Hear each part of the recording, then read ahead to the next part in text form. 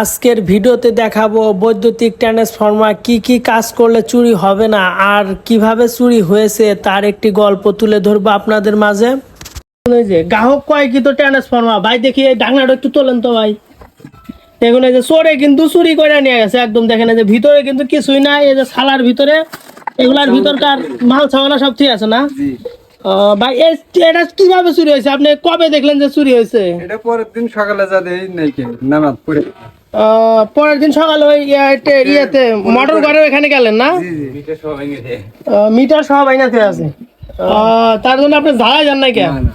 তো ওই যে আপনার পাশের গ্রাহকের ওই যে চড়ার ভিতরে লাস্টে দিয়ে ওটা আজকে নামাই দিলাম, যে ওটা তো দেখি এই ঝালাই টালাই দেওয়া ছিল, ওটা তো জ্বালাই দিছিল, আমরা দিছিলাম না। ওই মানুষের কথা হয় না, অফিসের কথা হয় না, যে দিলাম না যে ভালো থাকতো, যার কারণে আপনার এটা চুরি হয়ে গেছে।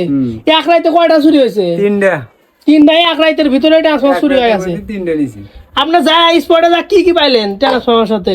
স্পটে বেডে যাতে ট্রান্সফরমার নিচে পড়ে আছে, মাল সামানা জায়গা যায় পড়ে আছে, এগুলা তুলে খুঁটে পাইতে এনে থিয়ে দিছি। আরে আর ভিতরকার কয়েল নাই না।